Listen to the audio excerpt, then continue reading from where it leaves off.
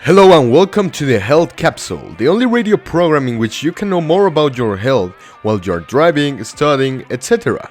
Tune us at 77.7 FM. My name is Sergio Varela, and today I'll be talking to you about a disease that may be affecting your respiratory system, but not exactly in the way you think. Rhinitis is divided in two. There's an allergic and non-allergic one. Even though they both affect mainly the nasal cavity, symptoms may be having nasal congestion, lots of sneezing, phlegm, etc. etc. etc. There is not quite a specific cause for a non-allergic rhinitis.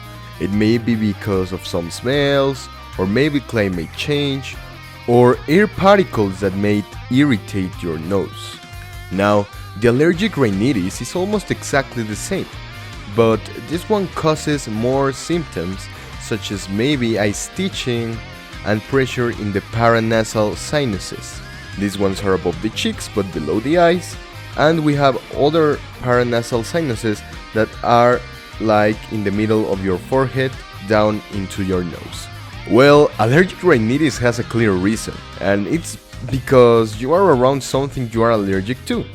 It could be pollen, dust, dogs or cats' fur, food, etc. This one may result in affecting your performance in your normal life in a long-term time of period. And this disease does not have a contagion mechanism. It's more personal. For this disease we have a type of population at risk. It starts with people older than 20 years or people that has constant usage of aerosols. It could be a person who has a lot of hormonal changes or people who has constant exposure to vapors or gas. And as in other diseases, stress may be a factor.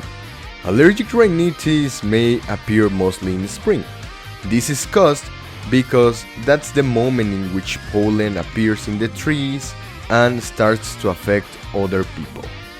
So now that you understand what it is, we may want to know if we have it, right? Well, to discard an allergic rhinitis, your doctor may leave you to take some studies. It could be blood or skin one. Now, the best thing you can do in order to prevent the disease from coming up into symptoms, maybe not having contact with the trigger agent. That could be a solution. But alright, now as a treatment, it may sound hypocrite, but you can treat it with nasal aerosols and discongestions. And for the allergic rhinitis, we may need anti-allergics for us to fight this disease. Now, for us to finish the health capsule, I'll talk about my experience with allergic rhinitis mixed with COVID-19. You know, how can I tell it? It felt like I was getting trolled. The only and main symptoms I personally had with COVID-19 were the same ones as if I had an allergic rhinitis reaction, but multiplied by 2. Imagine, I had more sneezes, more fatigue, more pressure in my nasal cavity, and more nasal congestion than I normally had.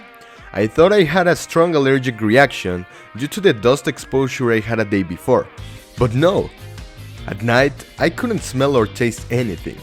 So, now I even think it's more important for us to take care of this relatively new disease called COVID-19, because it attacks in a way that maybe you can think of as something different, but it is just like a complement.